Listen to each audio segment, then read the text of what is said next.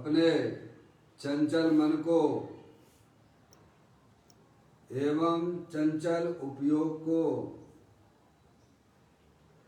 स्थिर करने के लिए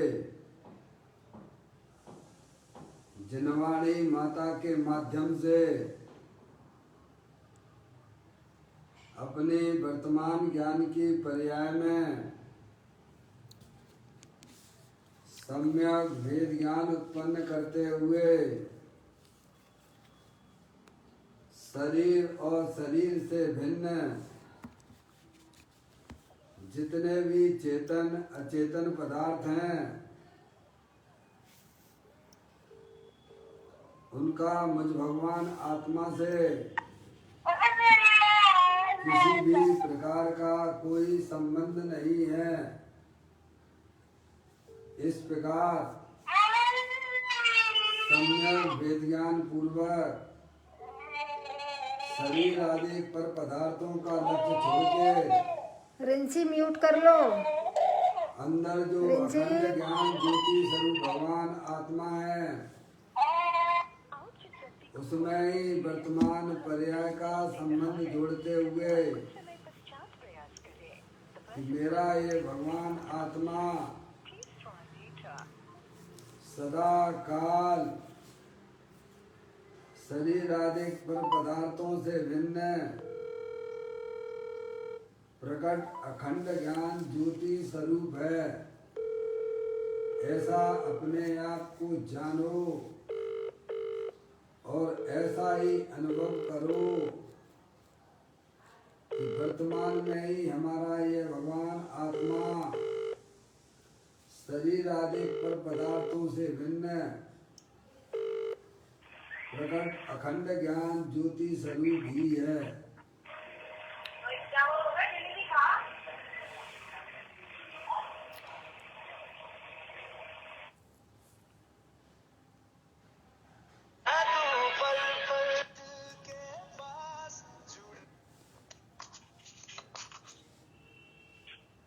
इसी प्रकार से संसार अवस्था में आत्मा की पर्याय में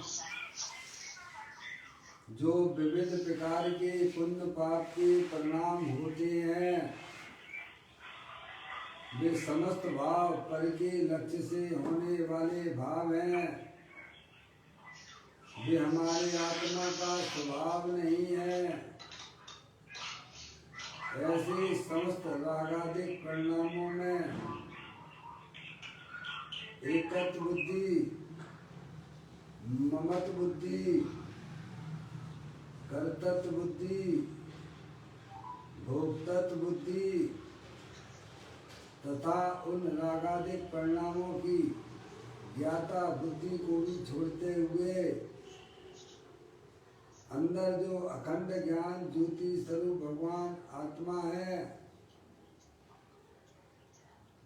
उसमें ही वर्तमान पर्याय का संबंध जोड़ते हुए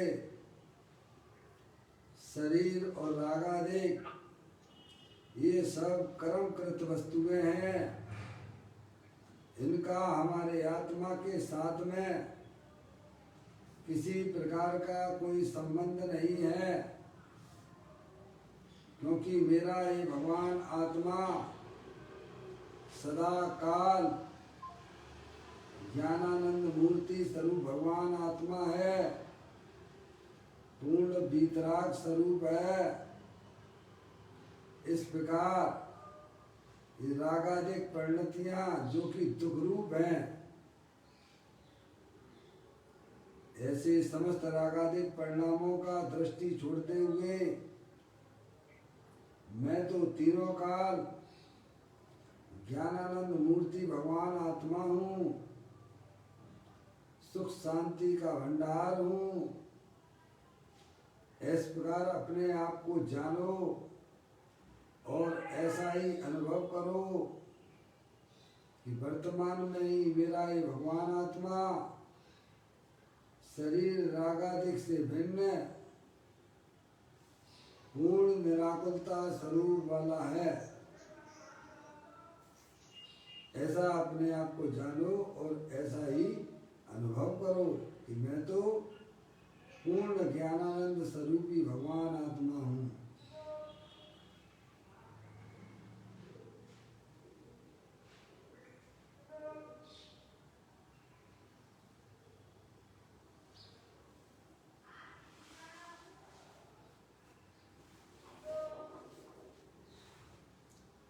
इसी प्रकार से संसार अवस्था में आत्मा की पर्याय में जो पर के लक्ष्य से होने वाला ज्ञान है, वह परलक्षी ज्ञान भी हमारे आत्मा का स्वभाव नहीं है।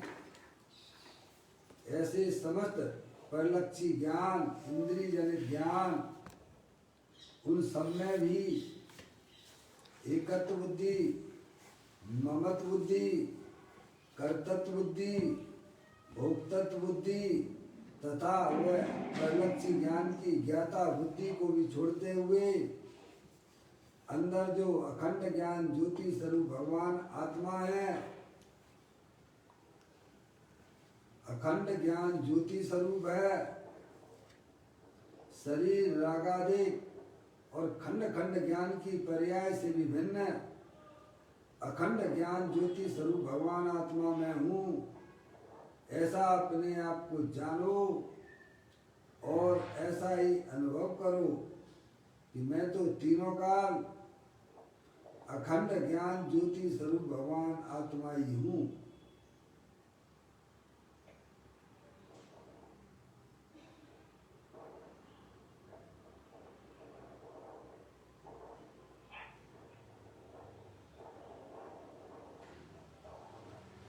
मेरे भगवान आत्मा में शरीर रागादिक परिणतियां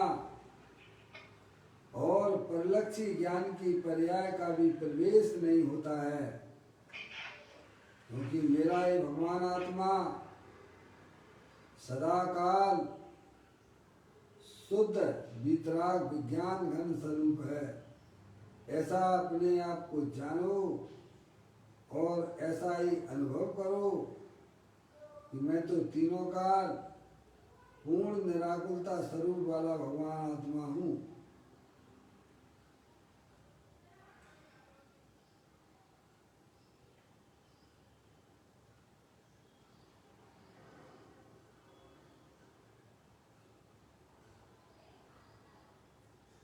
द्रव कर्म भाव कर्म नौ कर्म रहित शुद्धात्म स्वरूपो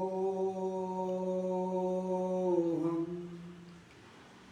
मेरा ये भगवान आत्मा ज्ञानावर्णादि द्रव कर्म, मोरादेश भाव कर्म, शरीर आदि 9 कर्म, इन तीनों कर्मों से रहित मैं तो परम पवित्र शुद्धात्मा हूँ।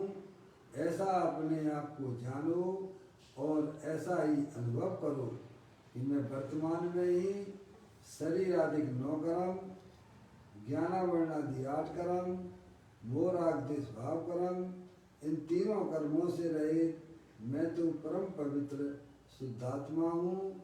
ऐसा ही जानो और ऐसा ही अनुभव करो।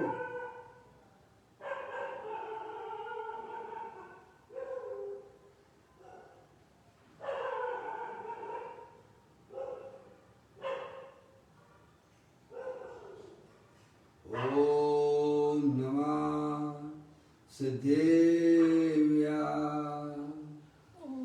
ओम नमः सिद्धेव्या।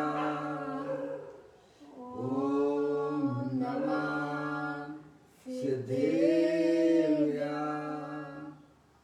चिंतामणि सम स्वयं का चैतन्य तुम्हार है। निज का करूं मैं चिंतन, निज का करूं श्रद्धान मैं।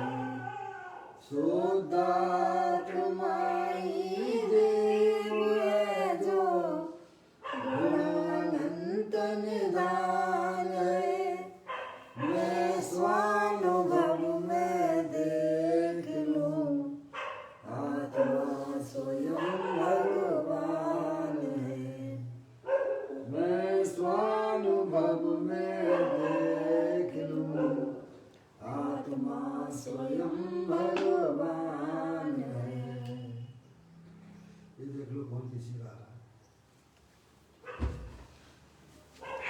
चलिए, द्रव दृष्टि विनश्वर और पर्याय दृष्टि विनश्वर ग्रंथ के माध्यम से हमारी आपकी यहाँ चर्चा चल रही है।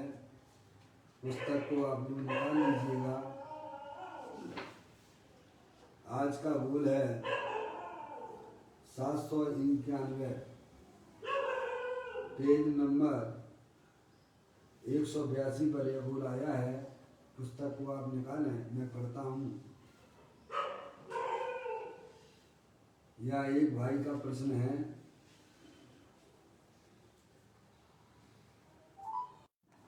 राग यानी वो राग जिसको पढ़ना। क्या प्रश्न है कि आत्मा और राग भिन्न है, उसका स्पष्ट ख्याल यानी जानने में, अनुभव से पहले आ सकता है क्या? ऐसा एक प्रश्न है। उसका अनुभव करे तभी होता है। पूज्य गुरुदेव श्री ने यह उत्तर दिया।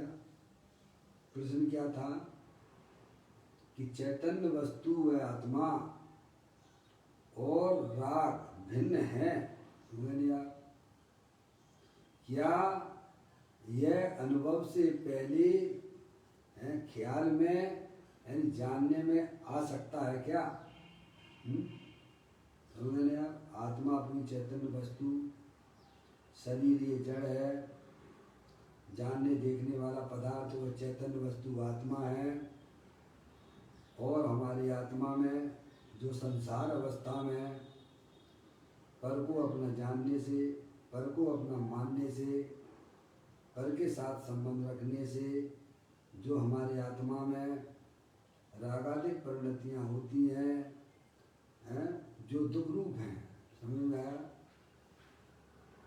तो यहाँ यह पूछा जा रहा है प्रश्न गुरुदेव श्री से कि आत्म जो चैतन्य वस्तु है, जो तीनों काल निर्विकार, विकार से रहित, क्या वह अनुभव से पहले जानने में, ख्याल में आती है क्या? ऐसा प्रश्न है। भिन्न रूप से जानने में आती है क्या संसार अवस्था में? है समझ गए आप? ये सब जो हमारे आपकी बात है, अत्यंत सिद्ध परमात्मा की बात नहीं है, क्योंकि उनकी पर्याय में समस्त प्रकार के रागादिक परिणतियाँ का अभाव हो चुका है। संसारी जीव है, छद्मस्त जीव है, उसको अपनी आत्मा और ये रागादिक परिणतियाँ जो पर के लक्ष्य से होने वाली हैं, क्या वे दोनों भिन्न भिन्न हैं? क्या वह सम्यक दृष्टि जीव है? क्या हम अज्ञानी जीव? समझ लीजिए, आत्मा अनुभव के पहले है ना अज्ञानी जीव है। आत्मा अनुभव होने के बाद तो वो सम्यक दृष्टि हो जाता है। समझ आप? मिथ्या दृष्टि की बात चल रही है। मिथ्या दृष्टि की बात है, सम्यक दृष्टि की तो बात ही नहीं है। और यंत्र परमात्मा, सिद्ध परमात्मा की बात भी नहीं है। किसकी बात है? अभी वह जीव मिथ्या दृष्टि है। अभी उसके साथ में भाई साहब शरीर को अपना जाने माने बैठा हुआ है। रागादिक की रुचि भी अभी उसके ज्ञान में चल रही है। ऐसे मिथ्या दृष्टि जीवों को क्या वह आत्मा और राग भिन्न रूप से ख्याल में आ सकता है क्या? ऐसा प्रश्न है भाई साहब। समझेंगे आप?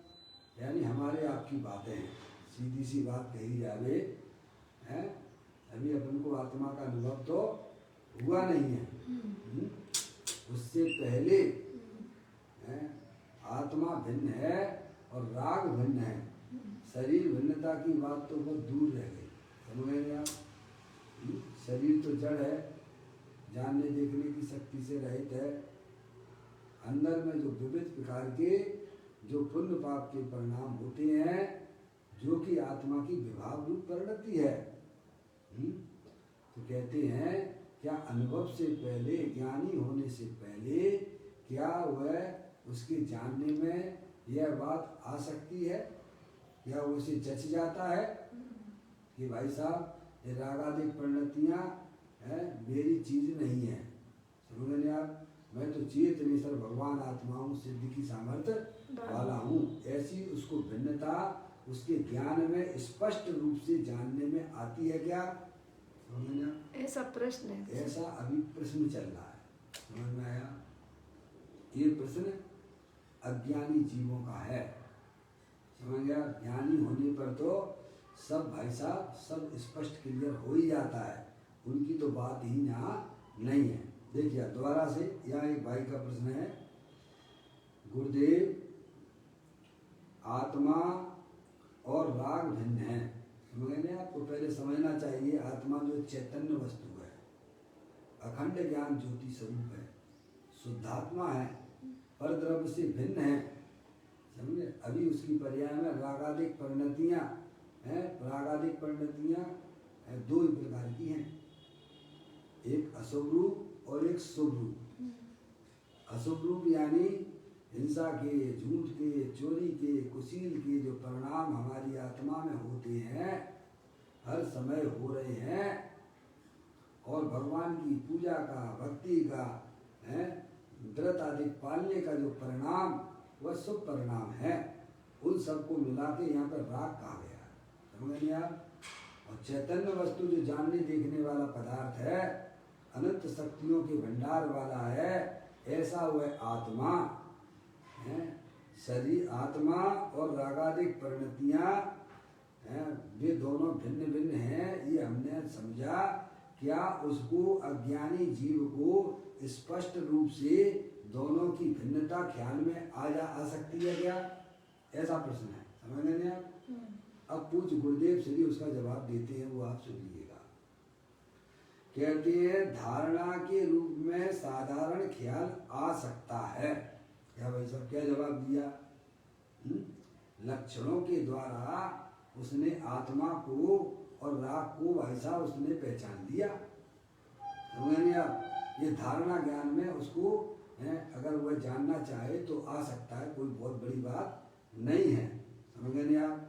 जैसे शरीर जानने देखने की शक्ति से रहित है, और जो अंदर जो चेतनेश्वर वस्तु है ऐसा ज्ञान स्वरूपी, वह शरीर और आत्मा भिन्न है। ऐसे ही धारणा ज्ञान में लक्षण के द्वारा आत्मा चैतन्य वस्तु है, जानने देखने वाला पदार्थ है, और ये जो रागादिक परिणतियां हैं जो कि पराश्रित रूप परिणाम है, ऐसा उसे धारणा ज्ञान में भी बैठ सकता है, जानने में आ सकता है। उन्होंने आप साधारण बात की ना, कहते हैं धारणा के रूप में साधारण ख्याल में आ सकता है। साधारण से लिया है नहीं, स्पष्ट नहीं, सामान्य वे में यह धारणा ज्ञान में भाई साहब जब जानने के लिए अपने आत्म कल्याण की दृष्टि से वह चीज जब आता है, सामान्य व्यक्तियों को तो ख्याल में ही नहीं आएगा। क्या वे ना तो शरीर को जानते हैं, ना आत्मा को जानते हैं, और ना आत्मा में होने वाले राग को भी नहीं जानते हैं, समझ गए? वे तो सब मिली जुली होकर का ऐसा में उन्हें तो कुछ पता ही नहीं है आत्मा क्या है, राग क्या है, शरीर क्या है, उनकी बातें तो छोड़ दीजिएगा। जो शास्त्र के द्वारा अपने आत्मा का निर्णय करने के लिए वह जाता है, उस जीव को भी साधारण रूप से जाने ख्याल में आ जाता है। क्या भाई साहब? यह उसकी कसाई की मंदता का ही परिणाम समझना चाहिए।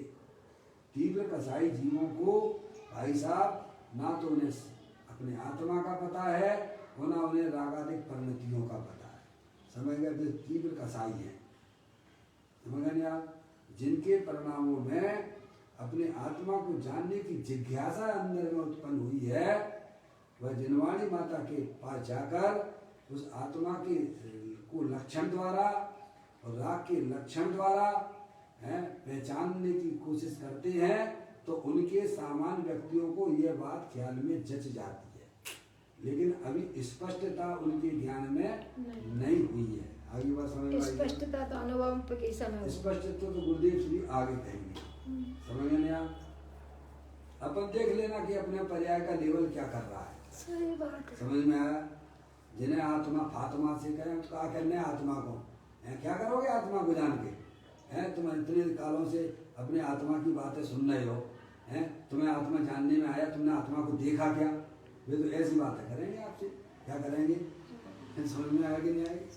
हैं, वे तो तीव्र मिथ्या दृष्टि हैं, तीव्र कसाई हैं तीव्र कसाई हैं वे। समझ गए आप?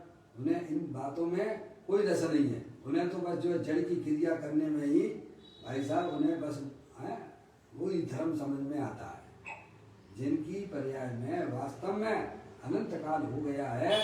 अब मुझे अपने आत्मा के बारे में जानना चाहिए, क्योंकि आत्मा को जाने बिना अनंत परमात्मा ने ये बात कही है कि जब तक तुम अपने आत्मा के स्वरूप को नहीं जानोगे तब तक तुम्हारे आत्मा का कल्याण नहीं हो सकता है। ऐसे कसाई की मंदता वाला जीव समझ में आया, उसको यह साधारण रूप से ख्याल में आ जाती है कि रागादिक परिणाम शुभाशुभ परिणाम ये बैरमुखी तत्व है, ये मेरे आत्मा से भिन्न है। क्योंकि आत्मा से अगर भिन्न ना होता तो अनंत परमात्मा भी आत्मा है, सिद्ध परमात्मा भी आत्मा है, तो उनकी पर्याय में भी ये रागादिक परिणतियां होना चाहिए। आगे बात समझ में भाई साहब?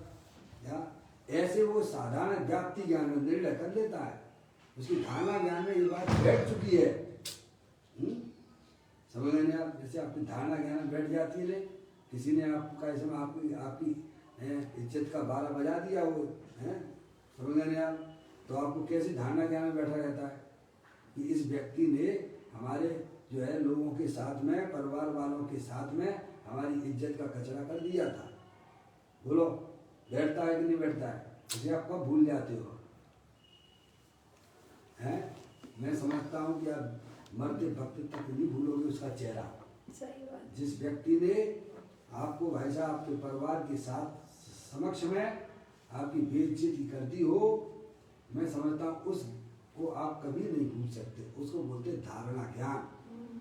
ज्ञान के भी भेद आते हैं ना, धारणा, इया अवाय धारणा। धारणा धारणा तो लास्ट में आती है ना, समझ रहे हैं आप? स्मृति है, या है, मति ज्ञान के भेद है, मति ज्ञान के भेद है। तो धारणा जो है ना, धारणा में पक्के में समझ इतना डार्क हो जाता है उसको, ये बात समझ में आ जाती है ये राग आदि परिणतियां वास्तव में मेरे आत्मा से भिन्न है। ये आत्मार्थी जीवों को ही हो सकता है जिन्हें वास्तव में अंदर में जिज्ञासा है। रागादिक परिणतियां होती हैं पर वो मेरा स्वरूप नहीं है, पर भिन्न रूप से ख्याल में वो पूछता आ सकता है कि अनुभव से पहले। तो गुरुदेव श्री कहते हैं कि धारणा ज्ञान में ये बैठ सकता है, इसमें कोई बुराई नहीं है। समझ गए नहीं आप? धारणा के रूप में साधारण ख्याल आ सकता है, क्या भाई साहब पॉसिबल है? उन्हें अनुमान से पहले निर्णय करता है। क्या करता है? अनुमान से पहले निर्णय करता है। जैसे आपने क्या लगाया कि वैसा वो धुआं उठ रहा है ना, तो धुआं उठ रहा है तो आपको ये ख्याल में आ जाता है कि भाई साहब वहाँ अग्नि है। क्या ख्याल में आ गया? ये अनुमान ज्ञान से। कैसे ख्याल में आता है उसे? अनुमान ज्ञान से वो समझ जाता है कि जान लिया भाई साहब ये राग जो है भिन्न है। देखो नहीं, अगर राग भिन्न नहीं होता तो अनंत परमात्मा और सिद्ध परमात्मा की पर्याय में होना चाहिए ना। क्या कैसे आया? अनुमान ज्ञान से। जैसे आप पता लगा लेते हो ना भाई साहब धुआं उठ रहा है तो अग्नि है वहां पर, आग लग गई। ऐसे ही राग भिन्न है कि नहीं है? तो कहते हाँ भिन्न है, क्योंकि सिद्ध परमात्मा भी आत्मा है लेकिन उनकी पर्याय में राग नहीं है। ऐसा अनुमान ज्ञान लगा लिया ना भाई साहब, समझ में नहीं आया? आपने जो है दूध में उंगली डाली और आपने फिर देखा कि भाई साहब ये जो चिकनाट है ना, तो आपको अनुमान हो गया। क्या अनुमान हो गया? कि भाई साहब इसमें चिकनाट का भंडार पड़ा हुआ है। क्या हो गया? हो गया कि नहीं हो गया अनुमान से? हैं? आपने ये आपको कैसे नजर आएगा? प्रत्यक्ष रूप से दिख रही है उसमें क्या घी नहीं? घी आपको प्रत्यक्ष रूप से दिख रहा है कि जो घी है वह दूध से अत्यंत भिन्न है, पानी से अत्यंत भिन्न है। क्या भाई साहब ये तो कब दिखेगा? प्रत्यक्षता कब होगी उसकी? ये तो अनुमान ज्ञान से उसने पता लगा लिया है। कौन? मिथ्या दृष्टि जीव में उसकी बात चल रही है। अनुमान से उसने ये पता लगा लिया है कि कि आत्म जो वस्तु है वह तीनों काल वीतराग आनंद स्वरूप है, और राग जो है ये दुख रूप है, और राग की जो पर्याय है पर के आश्रय से उत्पन्न होने वाली पर्याय है भाई साहब समझ गए। इसीलिए राग और आत्मा भिन्न है, उसने लक्षण के द्वारा पहचान लिया, समझ लिया। अंदर में जो हमारी पर्याय में जो निरंतर संकलित परिणाम होते हैं वह हमारी आत्मा का स्वरूप नहीं हो सकता है, क्योंकि आत्मा तो तीनों काल सुख स्वरूप है। ऐसा उसने अनुमान से अभी पता लगाया, समझ लिया। ऐसी उसको जानकारी हो गई है, हो सकता है ऐसा गुरुदेव श्री ने कहा है। धारणा के रूप में साधारण ख्याल आ सकता है, अनुमान से पहले निर्णय करता है, लक्षणों के द्वारा उस वस्तु का निर्णय करता है। इसमें व्याप्ति ज्ञान चाहिए कि नहीं चाहिए? बोलिए आप। और ये काम आप कर सकते हो। देखिए आप इतना भी अगर अपने लिए करते हो तो आपने अपने उपयोग को इधर उधर भटकने से बचा लिया है। सही बात है। आप गलती को गलती समझोगे तो गलती फिर वो आपके भाई साहब जीवन में होगी नहीं, और जो गलती हो रही थी वो गलती भी मिट जाती है, समझ नहीं आ? अभी आपको धर्म क्यों नहीं लगता है भाई साहब? अपने आत्मा को सही समझ अपनी आत्मा की होना, ये धर्म हमें क्यों नहीं लगता है? हमें बाहरी क्रिया कांड ही रूप धर्म क्यों लगता है? क्योंकि अनादि काल से हम उसी को धर्म माने बैठे हुए हैं। समझ में आई भाई साहब? ये हमारी कहानी कोई आज और कल की नहीं है। अनादि काल से हम परचे धर्म की कल्पना करे बैठे हुए हैं, इसीलिए निरंतर हमें धर्म मंदिर में दिखाई देता है, भगवान की पूजा में दिखाई देता है, भगवान की भक्ति में दिखाई देता है, और थोड़ा जो है अनुव्रत महाव्रत आदि पाल लिए तो अपने आप को धर्मात्मा माने बैठे हैं। लेकिन ताते जनवर कथित तत्व अभ्यास करिए, संशय विभ्रम मोह त्याग आपो न कीजिए। जिन्हें देव परमात्मा ने जो 7 तत्वों का स्वरूप बताया है भाई साहब, उसको आप जो है उनको लक्षणों के द्वारा पहचानिए, बारंबार बारंबार बारंबार अंदर में देखिए, अंदर में देखिएगा, आपकी पर्याय को अंदर में अनुभव करिएगा। अनुभव की बातें कुछ अलग हुआ करती हैं, समझ आप? तो कहते हैं अनुमान से पहले निर्णय करता है। शुद्ध ज्ञान में वह अनुमान ज्ञान के द्वारा, लक्षणों के द्वारा वह कैसा में आश्रव और आत्मा के भेद को समझ जाता है, समझ आप? ये सब शुद्ध ज्ञान में हो रहा है, समझ आप? अब कहते हैं 143वीं गाथा में कहा है ना समय सारथी की, समझिएगा, समय सारथी 143वें नंबर की गाथा में कहा है क्या कि प्रथम निर्णय करता है। क्या करता है? प्रथम तो निर्णय करता है। जिसे अपने आत्मा का अनुभव करना है, प्रथम तो वह निर्णय करता है अपने मत शुद्ध ज्ञान की पर्याय में। निर्णय कहाँ करना है? मत शुद्ध ज्ञान की पर्याय। निर्णय करिएगा। प्रथम में तो निर्णय करता है कि भाई साहब मैं कौन हूँ, ये शरीर क्या है, ये निरंतर जो रागादिक परिणतियाँ होती हैं भाई साहब, इनका कौन करता धरता है, मेरा काम क्या है, इन सारी बातों का पहले शुद्ध ज्ञान की पर्याय में निर्णय होता है। वैर मुक्ता जो हमारी ज्ञान की पर्याय जा रही है, निरंतर पर का अवलंबन लेती रहती है, उससे दुख की पर्याय उत्पन्न होती है हमारी आत्मा में, समझ रहे आप? और वही पर्याय अपने आत्मा के सन्मुख होगी तो निराकुलता अतीन्द्रिय आनंद की प्राप्ति होगी।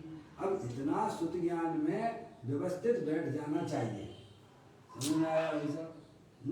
अगर हमें धर्म करना है, अगर हमें वर्तमान में सुखी होना है तो शुद्ध ज्ञान की पर्याय में पहले आप निर्णय कीजिए कि शरीर का क्या स्वरूप है, हमारा चैतन्य स्वरूपी भगवान आत्मा का क्या स्वरूप है, ये रागादिक परिणतियां क्यों हो रही हैं, इनका कारण कौन है, मैं वर्तमान में दुखी हो रहा हूँ तो सुखी होने का क्या उपाय है। ऐसा इन बातों का जिसके अंदर में मन में चिंतन चलता है, वे कसाई की मंदता सहित रूप परिणमन कर रहे हैं। जिनको इन बातों की खबर ही नहीं है, तीव्र कसाई लोग हैं, क्या ना उन्हें राग से कोई लेना देना है, ना इच्छाएं हो रही हमें कहा होने दो, हम तो हमें बस उसी में रुचि है पंच इंद्रिय के विषयों में, समझ गए ना। उन्हें ना तो राग को समझना है और ना उसे अपनी आत्मा को समझना है। समझ में आया? जो पर्याय मिली है बस उसमें ही मस्त रहता है, समझ गए ना। तो कहते हैं प्राप्त पर्याय में ही तन्मय रहता है। प्राप्त पर्याय में ही तन्मय बना रहता है, समझ गया। उनकी बात यहाँ पर नहीं है। धारणा ज्ञान में भी उनको बैठता है जिनकी थोड़ी कसाई की मंदता हुई है और उस मंदता में अपने आत्मा और आश्रम तत्व की पहचान करने के लिए गया है, समझ में आया? कहते हैं 143वीं गाथा में कहा है ना, प्रथम निर्णय करता है। क्या करना? प्रथम में प्रथम क्या करना? निर्णय करना। क्या निर्णय करना? ये शरीर चेतन है कि जड़ है? चेतन क्या है? जानने देखने वाला पदार्थ है, समझ में आया भैया? उसे ही आत्मा कहते हैं। शरीर क्या है? माटी धूल है। क्या है? स्पर्श रस गंध वर्ण वाला है। और अंदर जो हमारे संकलेश रूप परिणाम होते हैं वे भाई साहब आश्रम तत्व हैं। इतना ज्ञान तो आत्म कल्याण के लिए जरूरी है। जो हमारी वैर मुख दशा हो रही है वो हमारे संसार का कारण हो जाती है। हरिहंत परमात्मा ने भाई साहब ये हमको बताया है। देखो प्रतिमा देख के आपको क्या विचार आना चाहिए, आप बताइए। आप भगवान के दर्शन करते हो तो भगवान के दर्शन करते समय आपको क्या, ये तो आपका महान पुण्य का वजह है जो आपको सामने हरिहंत परमात्मा की प्रतिमा मिल गई है। समझ में आया भाई साहब? हरिहंत परमात्मा के आपको दर्शन हो रहे हैं जो कि साक्षात अपने आत्मा को बताने वाले हैं और यह भी बताते हैं कि तुम्हें क्या कर्तव्य निभाना चाहिए। क्या भगवान की प्रतिमा सम्यक दर्शन में निमित्त हुआ करती है। तभी तो गौतम गढ़धर को गौतम जब थे वे गढ़धर होने से पहले है भाई साहब। देखो तो भगवान के दर्शन करते ही भाई साहब प्रतिमा को देखते ही मानसता देखते क्या हो गया भाई साहब? मान कर गया। कितना कितना बदलाव हो गया उनकी पर्याय में। बोलिएगा कौन सा भगवान ने उपदेश दिया था उस समय? क्या कहते ना भगवान ने उपदेश दिया था क्या? अरे उपदेश तो वाणी तो उनकी बाद में खिली थी ना, जब वे गढ़धर हो गए थे तब खिली थी। समझ में आया? वो तो मात्र वही समूह शरण में ही तो आए थे। प्रभु को देख के वे समझ गए कि भाई साहब देखने योग्य तो अपना चेतनेश्वर भगवान आत्मा है। दुनिया तीन लोग के लोग भाई साहब भगवान को नमस्कार कर रहे हैं और भगवान किधर देख रहे हैं, इसीलिए वो सम्यक दर्शन में निमित्त हो जाती है। वेद ज्ञान हो गया, इतने भी वेद ज्ञान हो गया। वेद ज्ञान के लिए भाई साहब कुछ शब्दों की जरूरत नहीं होती है। हाँ भाई, बच्चा रो रहा है वो हिंदी में रो रहा है कि इंग्लिश में रो रहा है, वो भैया कन्नड़ भाषा में रो रहा है, आप समझ जाते हो कि नहीं समझ जाते हो? क्या उनकी शब्दों की कोई जरूरत होती है क्या? है आप तुरंत समझ जाते हो कि नहीं? ऐसे ही भगवान की प्रतिमा, हरिहंत परमात्मा की प्रतिमा देखी तो ख्याल में आ जाता है कि भगवान जो है चेतनेश्वर भगवान आत्मा जो अंदर विराजमान है उसके आनंद में मस्त है। समझ में आया? ऐसा वह निर्णय करता है। यही तो पात्रता जीव है, जीव की पात्रता है। भली होनार है, भली होनार है जिन्हें यह ख्याल में आता है कि मैं कौन हूँ, मेरा क्या स्वरूप है और ये चरित्र कैसे बन रहा है। वर्तमान में हमारे जो मूल देश के परिणाम हो रहे हैं इनका क्या फल लगेगा और वर्तमान में मैं दुखी हो रहा हूँ तो सुखी होने का क्या उपाय है। ऐसे विचार भाई साहब जिनकी भली होनार होती है उन्हें ही होते हैं। नहीं हम तो गए भगवान की पूजा करे आए भाई साहब, आज मैं भगवान की पूजा हो गई है, भाई साहब ये कोई बहुत बड़ी बात नहीं है। ये तो तुम अनंत बार करते आए हो अपनी आत्मा को जाने बिना।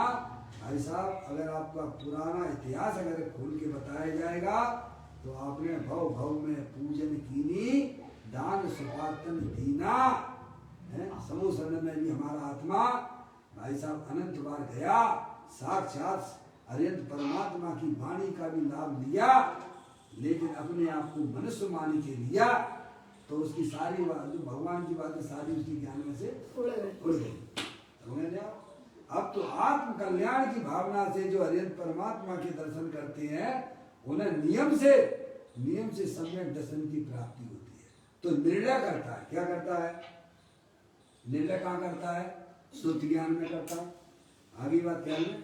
तो कहते हैं कि प्रथम निर्णय करता है कि ये जो शरीर है और शरीर के अंदर जो जानने देखने वाला पदार्थ है, शरीर मूर्तिक है और अंदर जो चेतन वस्तु है जो अमूर्तिक है। कैसी है वो? अमूर्तिक है और अनंत शक्तियों के भंडार वाली है। और जो हमारी आत्मा में जो भी दुख रूप परिणतियां होती हैं वे सब आश्रम तत्व हैं और वे क्षण भंगुर तत्व हैं। वे उनका हमारे आत्मा के अंदर बिल्कुल भी प्रवेश होता नहीं है। समझ में आया? इस समझ में आएगी नहीं आएगी?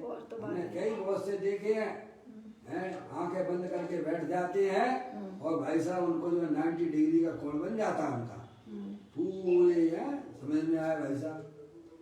क्योंकि आत्मा के ज्ञान के बिना, आत्मा के श्रद्धान के बिना पर्याय की जो बैरमुखता है वह कभी छूट सकती नहीं है। समझ गए आप? तो सबसे पहले आत्मज्ञान की जरूरत है। समझ गए आप? आत्मा के ज्ञान के बिना पर्याय का कभी भी स्वरूपता हो सकती नहीं है। इसीलिए पहले हमारे धारणा ज्ञान में यह पक्का होना चाहिए कि मैं अमूर्तिक प्रदेश वाला चेतन सब भगवान आत्मा हूँ। ये शरीर जड़ है, मुर्दा है, अनंत पुद्गल परमाणुओं का पिंड है। क्या भाई साहब? पदार्थ कहाँ आता हूँ, कहाँ जाता हूँ? ना कहीं आता है। और रागादिक पंडितियां भाई साहब विभिन्न प्रकार की इच्छाएं नई नई होती है। पहले भगवान की पूजा का परिणाम हो रहा था, भगवान के दर्शन का परिणाम हो रहा था। अभी आपके पास में है क्या? चला गया। समझ में आया भाई साहब? घर में आप जो है बच्चों को डांट रहे थे, फटकार रहे थे, वो परिणाम अभी है क्या आपके पास में? नहीं है। समझ में आया? और उस समय डांटते समय भी आप जानने वाले थे कि नहीं थे? भगवान की पूजा करते समय भी आप जानने वाले थे कि नहीं थे? अभी भी आप जानने वाले हो कि नहीं हो? ऐसा हुआ है प्रथम में निर्णय करता है। समझ में आया? तब उसमें जो अपनापन आता है। समझ गए? केवल बातों से नहीं आता है, अपने आप को निरीक्षण करता है अंदर में बैठकर। अब उपयोग अंदर ही ना जाए भाई साहब, बारी बार उसे का ऐसा फुर्सत ही नहीं है। गुरुदेव श्री कहते हैं कि व्यापारियों को अपने व्यापार से फुर्सत नहीं है और महिलाओं को भाई साहब पकवान बनाने से फुर्सत नहीं है। तो धर्म कैसे होगा बताइए आप? 1-2 घंटे पढ़ लिया, चिंतन कितना करते हो आप? वो भी पढ़ते हैं, वो भी स्थिरता से नहीं पढ़ते हैं। सोचिए आप, स्थिरता है ही नहीं। एक विषय को आप लेके चलिए और उस पर विचार कीजिए आप, तब वह निर्णय आपका धारणा ज्ञान में बिल्कुल फिट बैठ जाएगा। क्या हो जाएगा भाई साहब? पहले धारणा ज्ञान ही जिसका अच्छा नहीं है तो क्या हुआ भाई साहब? अपने आत्मा का अनुभव करेगा। इतनी बात तो हमें समझ में आना चाहिए ना। मैं अमूर्तिक प्रदेश का पिंड, अनंत शक्तियों का भंडार, अमूर्तिक प्रदेशों का पुंज, प्रसिद्ध ज्ञानादि गुणों का धारी, अनादि निधन में चेतन वस्तु हूँ। ये शरीर जड़ है, ये पर पदार्थ है और जो रागादिक परिणतियां संसार अवस्था में होती जरूर है पर उनका हमारे आत्मा के अंदर प्रवेश उनका नहीं है। ऐसा पहले निर्णय करे। समझ में आया? ऐसा दिया है पहले वह अपने मत्सुत ज्ञान को भाई साहब जो बैरमुख हो रहा था निर्णय के द्वारा अंदर करे। ऐसा दिया 143-144 नंबर की गाथा है। जो मत्सुत ज्ञान बिना निर्णय के बैरमुख हो रहा था उसी में वह वस्तु स्वरूप का निर्णय करता है। समझ में आया भाई साहब? वही मत्सुत ज्ञान जो बैरमुख हो रहा था वही मत्सुत ज्ञान भाई साहब भेद ज्ञान के द्वारा अंतर्मुख होने लग जाता है। समझ गए ना? तब वहां जाके आत्मा के अनुभव की प्रक्रिया में वो आ जाता है। आगे बात समझ में आपको? तो कहते हैं कि प्रथम निर्णय करता है सच्चा ख्याल तो अनुभव करे तभी होता है। क्या करे? सच्चा अनुभव तो क्या करे? सच्चा ख्याल जानने में अनुभव करे तभी होता है। देखो सम्यक दृष्टि जीव भी है, उसको आत्मा का अनुभव है। अनुभव का मतलब उपयोगात्मक की बात है, शुद्ध उपयोग की बात है। सम्यक दृष्टि जीव भी है भाई साहब, है ज्ञानी जीव है वह भी है भाई साहब। ऐसा दिया है मोक्ष मार्ग प्रकाशक में सविकल्प से निर्विकल्प होने के विधान में दिया है बात कि सम्यक दृष्टि जीव भी कदाचित है जब ध्यान की प्रक्रिया में बैठता है तब उसे अपनी आत्मा का अनुभव होता है। बोलिए आप। तो फिर हम जैसे आप मिथ्या दृष्टि जीव बताओ कौन सा प्रकरण क्या कब करते हो आप बैठ के बताओ? मैं तो 10 मिनट बैठता हूँ आपके सामने, ध्यान करवाता हूँ, उसमें भी हमारा उपयोग पता नहीं कहाँ से कहाँ घूम फिर के आ जाता है। हम बुद्धिपूर्वक भी नहीं बैठना चाहते, बुद्धिपूर्वक भी नहीं बैठना चाहते, तो आत्मा का अनुभव कैसे होगा प्रभु आप बताइए आप? उसमें भी पता नहीं कितने सारे काम लेके बैठते हो आप। अरे बुद्धिपूर्वक देखो, इसी दृढ़ दृष्टि जिनेश्वर में अभी टाइम नहीं है ना भाई साहब, फिर भी मैं आपको थोड़ा पढ़ देता हूँ। है इसका 37वें नंबर का बोल मैं आपके सामने पढ़ रहा हूँ। 37वें नंबर का बोल आप निकाल लीजिए, आपके पास में दृढ़ दृष्टि जिनेश्वर है तो उस बोल को आप निकाल लीजिएगा जहाँ ये जो बात चल रही है इस प्रकरण से संबंधित ही है। 37 नंबर का बोल है, देखिएगा 37 निकाले आप। 37 पेज नंबर 8 पर है, पेज नंबर 8 पर है। जिनके पास में पुस्तक है वह कैसे में निकाल कर उसे पढ़ सकते हैं। मैं आपके सामने पढ़ रहा हूँ। जिसे दुख का नाश करना है उसे प्रथम क्या करना भाई साहब? करना है कि नहीं करना है? बोलो। अभी तो मैं कहता हूँ कैसे में उपयोग हमारा कहाँ रहता है भाई? म्यूट नहीं करते हो, बोलते ही नहीं, आवाज भी नहीं निकलती है। हम तो यही समझेंगे आप हमारे को सुन नहीं रहे हो। मैं आपसे पूछ रहा हूँ, आपने पुस्तक निकाली 8वें नंबर का पेज 37वें नंबर का, बोलो निकाला कि नहीं निकाला? आवाज आना चाहिए ना। आप लोगों की आवाज नहीं आ रही तो मैं यही तो समझूंगा ना। है चलिए, इसीलिए स्वाध्याय अपनी दृष्टि से करना चाहिए, पर के लक्ष्य करोगे तो आप कर नहीं सकते कभी।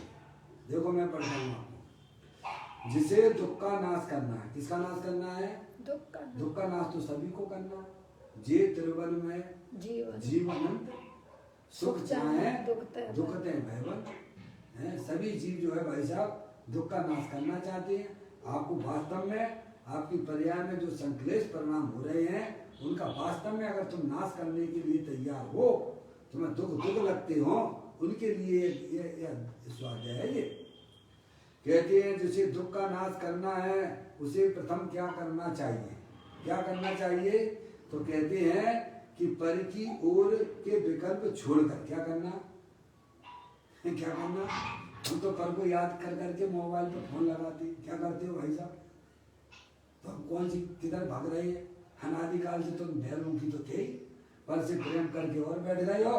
तो पर की ओर के विकल्प को पहले बुद्धि पूर्वक छोड़िए। आप क्या करिए? आप बोलो करना पड़ेगा कि नहीं करना पड़ेगा? कि ऐसा नहीं तुम्हें लाटरी खुल जाएगी, ऐसा है क्या? पुरुषार्थ तो करना है। क्या कह रहे हैं कि कहते सबसे पहले पर की ओर के विकल्प छोड़कर कि पर पदार्थ से मेरा किसी प्रकार का कोई संबंध नहीं है, उसमें शरीर भी आ गया आपका, और शरीर से संबंधित जितने भी चेतन अचेतन पदार्थ हैं उनसे मेरा किसी प्रकार का कोई संबंध नहीं है। तो कहते प्रथम पर की ओर के विकल्प को छोड़कर, फिर कहते राग का प्रेम तोड़कर। क्या कहती है 2 नंबर पे? राग का प्रेम तो जो अंदर में रागादिक परिणतियां विषय सुभाषुभ परिणाम होती हैं उनका पहले प्रेम छोड़ देना, उनकी रुचि छोड़ देना। राग तो नहीं छोड़ पाओगे पूरी तरह से राग तो ज्ञानी धीरे धीरे का समय साधना आराधना के द्वारा वो राग पूरी तरह से छोड़ पाते हैं। केवल ज्ञानी परमात्मा छोड़ पाते हैं। समझ में आप? ये पहली भूमिका राग की रुचि छोड़ना, और फिर राग को भी आराधना के द्वारा आत्मा की साधना और अपनी आराधना के द्वारा उस राग को भी वह तोड़ते चले जाते हैं। तो उन्होंने कहा कि पहले तो पर की ओर का विकल्प छोड़ देना और फिर राग का प्रेम तोड़कर, समझ गए, राग की रुचि अंदर में छोड़ दीजिए आप कि भाई साहब सुखी होने के लिए तो मेरा भगवान आत्मा ही मेरे को सुखी कर सकता है। समझ गए आप, ये हमारी भले इच्छाएं कितनी भी विविध प्रकार की उठती हो उठेंगी, पर आपको मजबूत रहना पड़ेगा। समझ में आया भाई साहब, ये अनादिकाल से हमारी कुसंस्कार पड़े हुए हैं। समझ में आप, पर किसी लाभ मानने का, पर मुझे कल्याण कर देगा, तो कहते पहले राग का प्रेम तोड़ दीजिए अंदर में। क्या कहा भाई साहब, जब आप राग के प्रेम को ही आपने तोड़ दिया है तो पर से संबंध का नाता आपका पहले छूट गया। समझ में आए, और सूक्ष्म हो गया ना थोड़ा। कहते राग का प्रेम तोड़कर फिर मति को अंतर्मुख करना, ये सब बुद्धिपूर्वक वाली बात है। ये सिर्फ कोई लाठियां नहीं खुलेंगी, बुद्धिपूर्वक अपने मति ज्ञान को अंतर्मुख करना और बारंबार बुद्धिपूर्वक स्वानुभ होना। क्या समझना, एक बार नहीं। हम 10 मिनट आपके सामने बैठते हैं तो काय के लिए बैठते हैं भाई साहब, हैं? बारंबार बारंबार 24 घंटे तो अपन बैठ ही नहीं पाते हैं। तो अपन ने एक टाइम फिक्स कर लिया भाई साहब, 10 मिनट बैठेंगे, अपने लिए बैठेंगे। तो कहते हैं बारंबार बुद्धिपूर्वक स्वानुमुख होना। क्या करना, बुद्धिपूर्वक अपनी मत्सुत ज्ञान की पर्याय को भाई साहब अपने ज्ञाय प्रभु परमात्मा के सन्मुख करना है। फिर कहते पूर्ण ज्ञानानंद भगवान आत्मा में पुनः पुनः मति श्रुति को लगाना। क्या किस में लगाना, अब ये सब काम बुद्धिपूर्वक है और हम सोचे बैठे कि भाई साहब हमारी लाठी खुल जाएगी। बताइए कितना अंतर आ रहा है हमारी सोच में और ज्ञानियों के बताए हुए मार्ग में। बताइए आप, ज्ञानी कहते बुद्धिपूर्वक पर का प्रेम छोड़ो, ज्ञानी कहते बुद्धिपूर्वक राग के संबंध तोड़ दो अंदर में, और हम जोड़वे में लगे हैं। समझ लो हमारा क्या है, संबंध बनाए जा रहे हैं तो पदार्थों से, और भाई मैं अपना समय बर्बाद कर रहा हूं। प्रेम किया जा रहा है बुद्धिपूर्वक। ये कह रहे बुद्धिपूर्वक छोड़ो और तुम बुद्धिपूर्वक और नए संबंध बना रहे हो। विपरीत दिशा है। राग का प्रेम तोड़ दो, अंदर में होने वाले रागादिक परिणतियां उनकी रुचि छोड़ दीजिएगा। इतना काम तो एटलीस्ट गृहस्थ अवस्था में किया जा सकता है। और बारंबार अपने मत्सुत ज्ञान की पर्याय को अंदर में जो पूर्ण ज्ञान भगवान आत्मा बैठा हुआ है उसमें अपने उपयोग को लगाना। समझ में आया?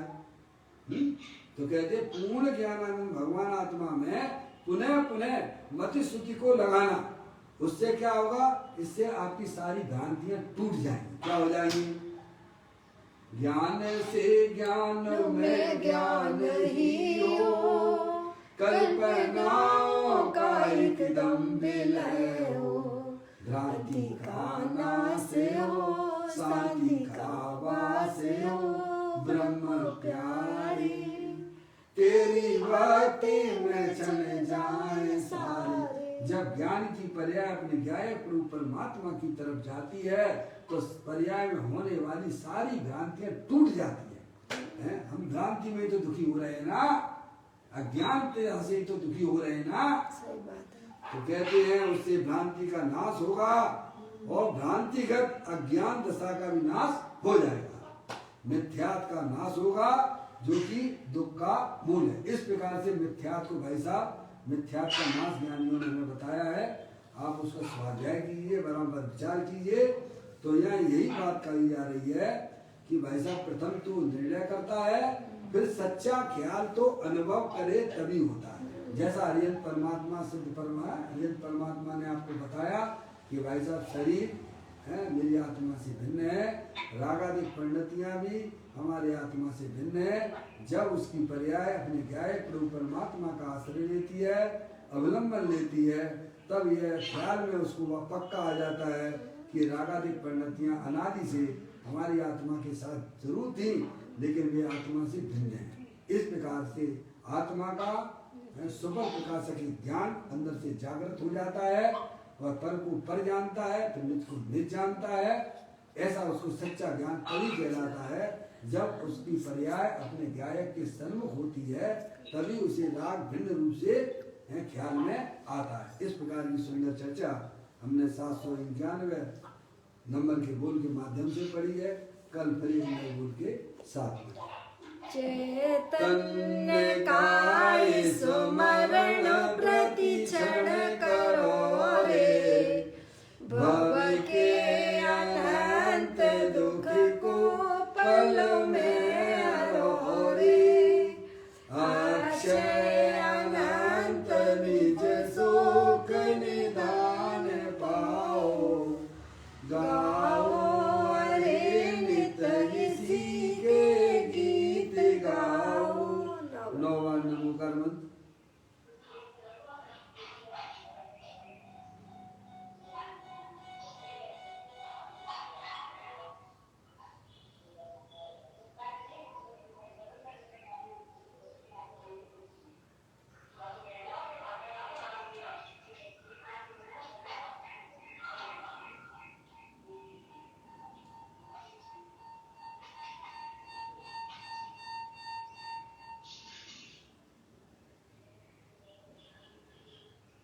बोलो द्वादशांग जनवाणी माता की की जय। जय, महाजैन धर्म की जय।